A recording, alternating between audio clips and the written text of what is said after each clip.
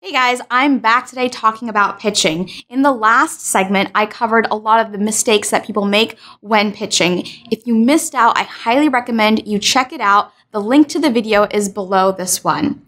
Today, I'm going to dive into how to pitch in a way that resonates with your personality.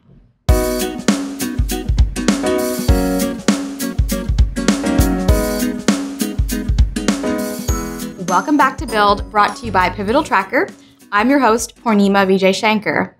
Each Build episode consists of a series of conversations I host with innovators, and together we debunk myths and misconceptions related to building products, companies, and your career in tech.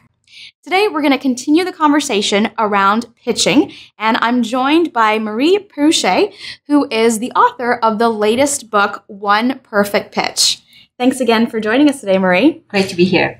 So last week we were talking about a number of mistakes people make when it comes to pitching. And now I want to shift gears and talk about how we can pitch in a way that resonates with our personality so that we feel effective as people who are pitching.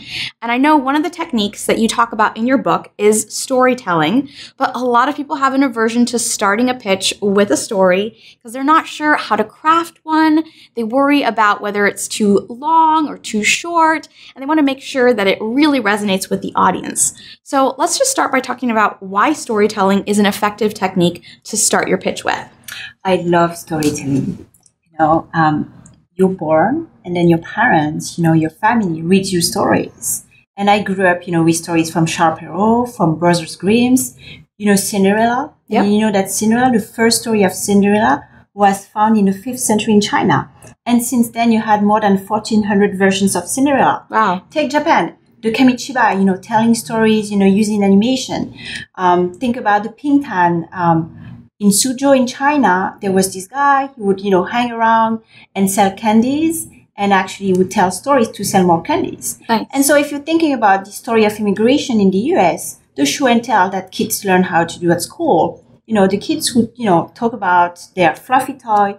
That was a great way to have kids from immigrants who wouldn't speak the same language, to unite around a story. And when you think of what storytelling is today, for technology companies, which is, the main industry here, in Silicon Valley, but also, blossoming in other countries, storytelling talks about transformation. And that's what technology companies are doing, transforming a certain industry. So storytelling is a very powerful technique because it's something that people know already. They grew up with that. Every weekend, you're telling your friends stories, how you got away from a parking ticket, or, how, in my case, I've lost my passports, or how, the toast that you did for your friend's wedding didn't go so well. So stories, we all know how to tell stories, except in a business perspective, in a business setting, it has to be very sharp because we cannot spend hours telling stories. So how do you tell a great story? First, think of the pitch being a mini story that creates emotion. So a story, there are a way to start, and that's the method that I describe, in my book. You start with the problem, talk about the solution, and then finish with an ask. That is the transformation. And a great image to remember is the image of the rainbow. There's the rainbow, there's the storm, that's the problem, the rainbow, talk about the solution, and then supposedly there's a pot of gold, which is the transformation. So whenever you want to tell a story, there should be a beginning, a middle, and an end. And, the James Bond movies, they all start with something that grips you to your seats. Think about the Cinderella story. At the end, there's a transformation. That's what storytelling is about. There's a problem, there's tension at the beginning, there's a resolution. So that's what we want to hear because it creates a tension and creates an emotion, and we want to follow up. Okay, so for our audience out there, start with the problem, and that will present a good tension point to hook the audience right from the beginning. Absolutely. Now, I know another concern is having the story be too long or too short. How do you recommend it being just the right length for the pitch that you're doing? So people shouldn't worry so much because a story takes time, to craft and to refine. Mm-hmm. So anyone is able to tell a story for an hour, for 2 hours, but it takes a lot of practice, to chop it to maybe a minute. Mm-hmm. And there's so much you can tell in a minute. The radio pieces I used to tell, they would be a minute length and a minute long. And there's so much you can tell in structure. So people shouldn't be worried about that, because story changes over time and they should practice it. So how do you kind of condense that hour-long story down to a minute? Do you have an example? Yes. So I advise founders, engineers, and designers to take a page, Word page, write their story, look at it, and then eliminate 2/3. And in those 2/3 should be anything that's not relevant or that's not going to interest their audience. Okay. Anything that's not precise, that doesn't have data or numbers, you should get rid of it, or any personal, opinion shouldn't be there. Okay. So that's the first step.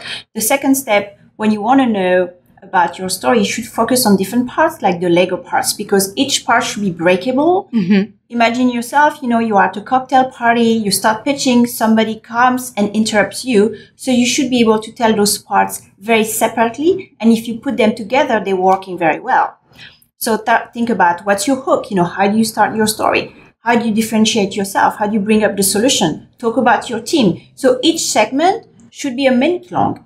And it's very easy. If you're taking your Word document, there's a word count. It should be between, I believe, 150 to 150 words per minute. Okay. You can use your calculator in the tool kit of the Word document to calculate it. Nice. And then you practice it, and you should be very slow, very articulate, especially if, like me, you're non-native English speaker, so right. that people can get used to your accent. Nice. Now, I know another thing you talk about is credibility and leading with it. How do you recommend people lead with that credibility? I'm going to give you an example. When I meet people and they don't know me or they want to question, my expertise, I tell them that I'm an award-winning journalist, work for the BBC in 3 countries.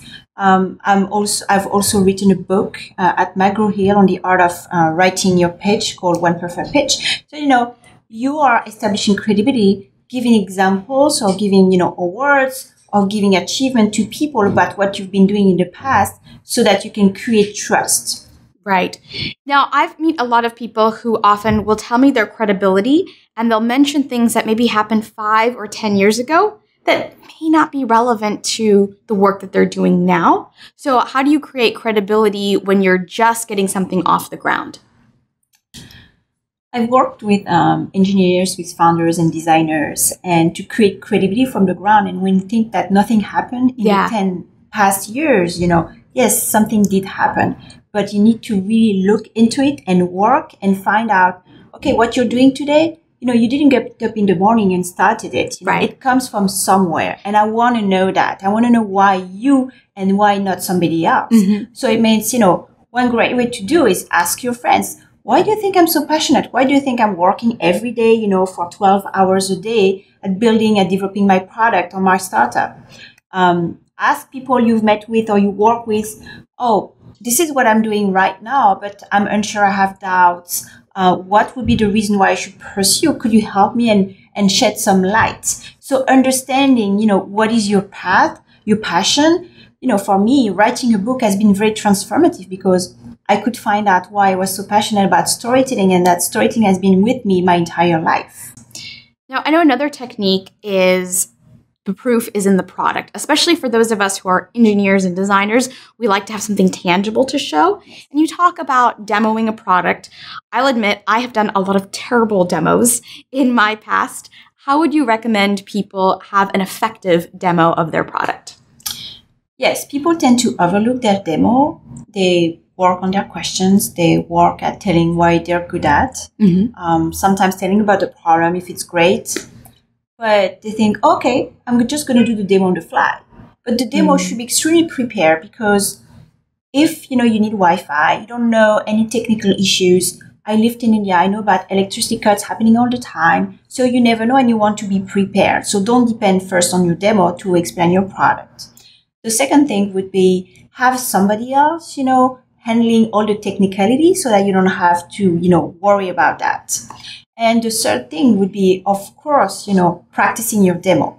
We worked with a client who was presenting a product to Samsung.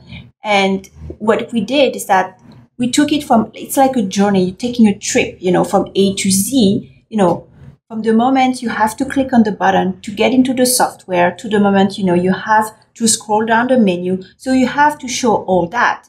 Okay, maybe you don't have to spend 20 minutes or 30 minutes. Keep it maybe under 10 minutes.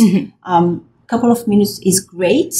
But you have to go step by step so that the person understands, from their user's perspective, what they have to do, to get to the product. Yeah, I think I like what you said about the user's perspective. And I know in your book, you talk about even presenting a scenario, right? Not just like, oh, let me show you my product and here's how you sign up and here's how you get started, but having a very directed workflow, maybe based on a specific use case. Yes. So you can also do that. If you can show the product, people always like to see something tangible, like when you're bargaining in certain countries, you want to show the dollars, the euros, the money that you have. What you can do, if you don't have the product with you, you can pick a name. This is Kate. This is Andrew. This is Jane. Jane starts her morning that way. This is what her journey looks like. This is her problem. This is the problem she faced. And this is how our solution helped her transform her day. Nice. So yeah, that's very, very relatable. And that comes back to incorporating storytelling into your demo. Yes, because storytelling, behind every product, there's a team. There's a leader, and we want to know about the struggles your team are going through to give birth to that product. Nice. And finally, I know there's the ask, which you talk about incorporating into your pitch. But again, depending on backgrounds, people feel like that can be really salesy or sleazy. So walk us through why it's important to have an ask at the end of your pitch and how to craft one. To me, a salesy pitch is a pitch where people have it rehearsed and they don't really connect and they only talk about themselves. Got it. So an ask at the end of the pitch, so another great way to reconnect with the person if by any chance you've lost her or him during your presentation. So why finishing by an ask? Because every story has an end. And you're telling this story. Imagine you've created attention. You got people very excited about the problem because they felt, oh, they're relating to my own problem. They brought us a solution. But then nothing happens at the end of your story. You leave them in a state of anxiety. So people, if they've been seduced and excited by your idea, they want to help.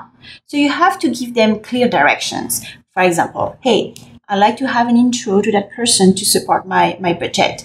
I need more resources. What can you do to help me, fund that project?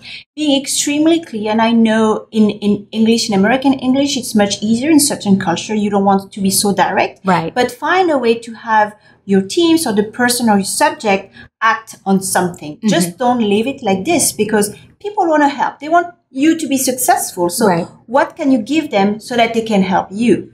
That's fantastic. Thank you, Marie. This has been really helpful. Now, Marie and I want to learn from you. What additional techniques have you tried that have worked as you've been pitching your ideas? Let us know in the comments below, and the first 3 people to respond are going to receive an autographed copy of One Perfect Pitch from Marie. That's it for this segment. Be sure to subscribe to our YouTube channel to receive the next and final segment on this topic of pitching, where we'll talk about the various types of pitches you need to prepare. Ciao for now. This episode of Build is brought to you by our sponsor, Pivotal Tracker.